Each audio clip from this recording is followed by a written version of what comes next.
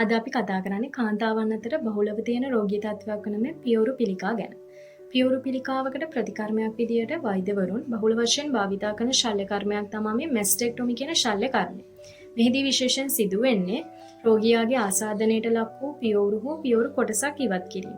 ඇතැම් අවස්ථාවලදී රෝගියාගේ පිළිකාවේ පැතිරීම අනුව ඒ පියවරු ආසන්නයේ තියෙන වසා ගැටිති පවා ඉවත් කිරීමට සිදු වෙනවා. මෙවැනි අවස්ථාවකදී ඒ ආසන්නයේ වසා තරල එකතු වීමක් දක්නට ලැබෙන අතර ඒ අත පුරාවටම වසා තරල එකතු වීමක් සිදු වෙලා ඉදිමීමක් විදිහට අපිට දක්නට පුළුවන්. මේ තත්ත්වය අපි හඳුන්වනවා ලිම්ෆිඩීමා තත්ත්වයක් කියලා. රෝගියාට තමාගේ අතේ බර ගතියක් නැතහොත් හෙවිනස් එකක් දැනෙන්න පුළුවන්. ඒ වගේ දිනදා කටයුතු කිරීමේදී අත උස්ස ගන්න බැරුව අතේ හිරි ගතියක්, අතේ බර ගතියක් එක්ක දැනෙන්න පුළුවන්. මේ තත්ත්වයේදී භෞතික චිකිත්සක ප්‍රතිකාරවලදී අපි බහුලවම භාවිතා කරන ප්‍රතිකර්මයක් තමයි මැනුවල් ලිම්ෆැටික් ඩ්‍රේනේජ් කියන්නේ.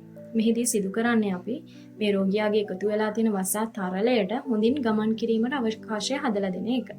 ඊට අමතරව අපි විවිධ ව්‍යායාම ක්‍රම නැතහොත් අපි කියනවා කම්ප්‍රෙෂන් තෙරපි, කම්ප්‍රෙෂන් බැන්ඩේජ් ආධාරයෙන්ද අපිට මේ රෝගියාගේ අතේ එකතු වෙලා තියෙන වසා තරලයට හොඳින් ගමන් කිරීමට අවකාශය හදලා දීලා තවදුරටත් වසා තරල එකතු වීම වළක්වා ගන්න අපිට පුළුවන්කම තියෙනවා.